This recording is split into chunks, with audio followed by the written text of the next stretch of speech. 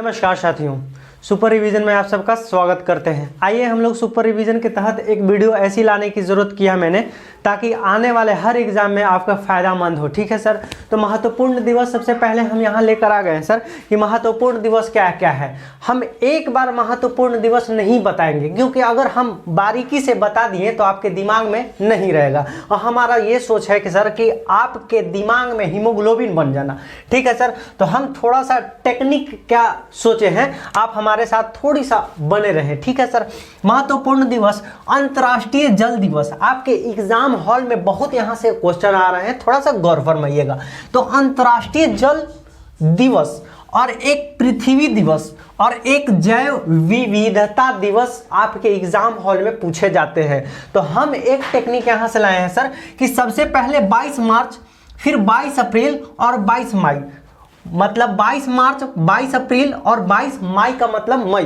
ठीक है सर, तो एक दूसरे से रिलेशन बनाइए और आपके दिमाग में हीमोग्लोबिन बनेगा। हमने सोचा कि अंतर्राष्ट्रीय जल दिवस 22 मार्च को मनाया जाता है, ठीक इससे एक मंथ बाद पृथ्वी दिवस 22 अप्रैल को मनाया जाता है, और ठीक इसके एक ईयर्स बाद यानी इसके एक महीने बाद जैव विविधता दिवस मनाया जाता है। आपके दिमाग में हीमोग्लोबिन बन चुका होगा।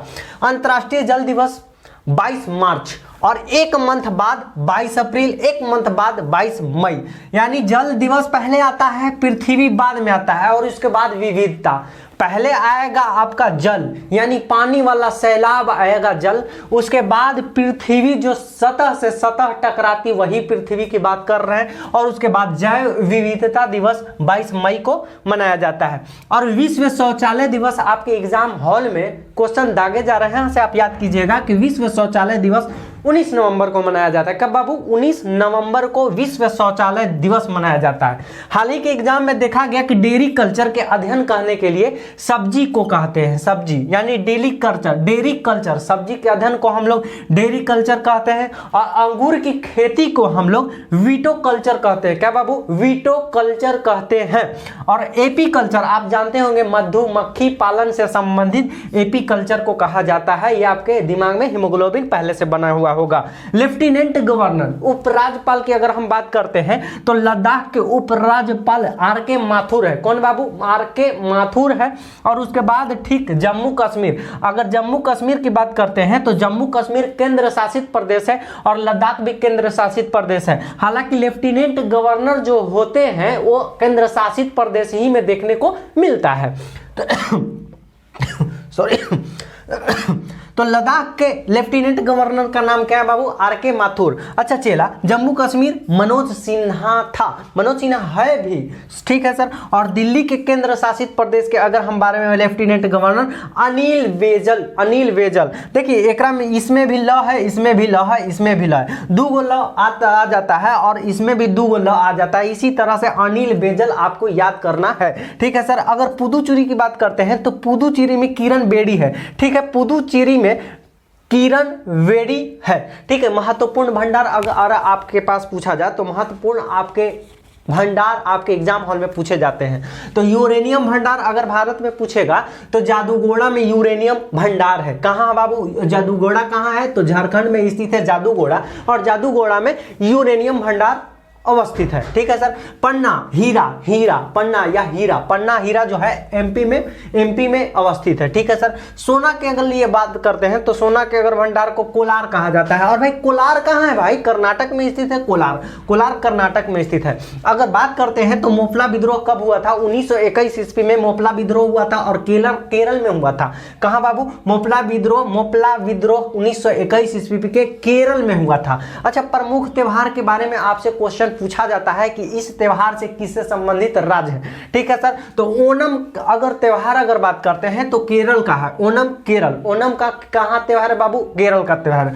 हॉर्नबिल अगर बात करते हैं तो हॉर्नबिल नागालैंड का त्योहार है। और चाप 4 फुट मिजोरम का त्यौहार है। 4 फुट मिजोरम का त्यौहार है। आटुकल पोंगल, आप याद कीजिएगा, पोंगल, पहले पोंगल तमिलनाडु, आपके दिमाग में हीमोग्लोबिन बन चुका होगा कि बाबू रे पोंगल तमिलनाडु का त्यौहार है, लेकिन आटुकल पोंगल केरल ही का है। ठीक है सर, यानी इसका मतलब यह है सर कि आटुकल पोंगल और ओणम केरल में ही अवस्थित है त्यौहार। ठीक है। पतंग महोत्सव, पतंग महोत्सव की अगर बात करते हैं तो गुजरात में स्थित है, यानी गुजरात से संबंधित त्यौहार है। और अंबुबाची और बिहू, अंबुबाची और बिहू त्यौहार असम से संबंधित है, असम से संबंधित है। असम राज्य में अंबुबाची और बिहू त्योहार होता है। अगर संघाई बात करते हैं तो संघाई मणिपुर के राज्य में ही त्यौहार होता है।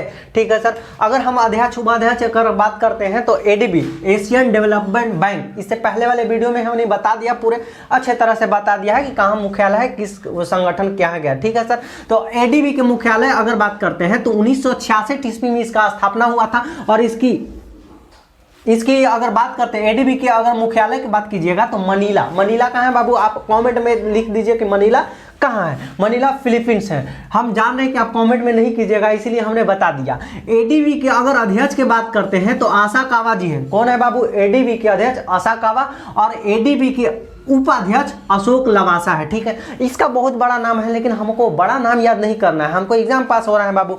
तो एडीबी की मुख्य अध्यक्ष आसाकावा और उपाध्यक्ष अशोक लवासा है। ठीक है। तो वही आईएमएफ के वर्तमान अध्यक्ष की बात करते हैं तो क्रिस्टलिना जॉर्जिवा। कौन बाबू, क्रिस्टलिना जॉर्जिवा है।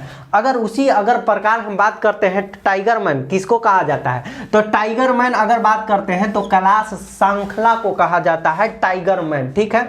जिस तरह से भारत में अगर मिसाइल मैन किसको कहा जाता था, डॉक्टर एपीजे अब्दुल कलाम को, उसी प्रकार से टाइगर मैन कैलाश सांखला को बोला जाता है। और मेट्रो मैन की अगर बात करते हैं तो मेट्रो मैन श्रीधरन को बोला जाता है, श्रीधरन को बोला जाता है वाटरमैन, सॉरी मेट्रो मैन। और वाटरमैन राजेंद्र प्रसाद को बोला जाता है, कि वाटरमैन राजेंद्र प्रसाद को बोला जाता है। वही बर्डमैन की बात करते हैं तो बर्डमैन सलीम अली को बोला जाता है, सलीम अली को बोला जाता है। और मिसाइल मैन बोला जाता है डॉक्टर एपीजे अब्दुल कलाम का, लेकिन मिसाइल ओमेन बोला जाता है टेसी थॉमस को। कौन बाबू, टेसी थॉमस को बोला जाता है। भारत के अगर बात कीजिएगा, ये लोकसभा का अध्यक्ष का अगर बात कीजिएगा तो भारत का first speaker, Lok Sabha speaker Mavalankar, जीवी मावलंकर थे। ठीक है सर।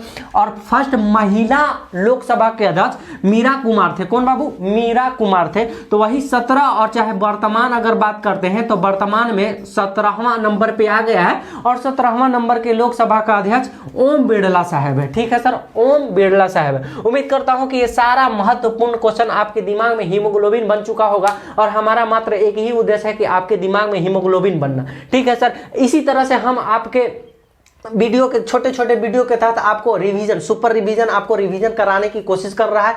अगर आपको अच्छा लगे तो इस वीडियो को लाइक कर दीजिए। शुक्रिया, थैंक यू।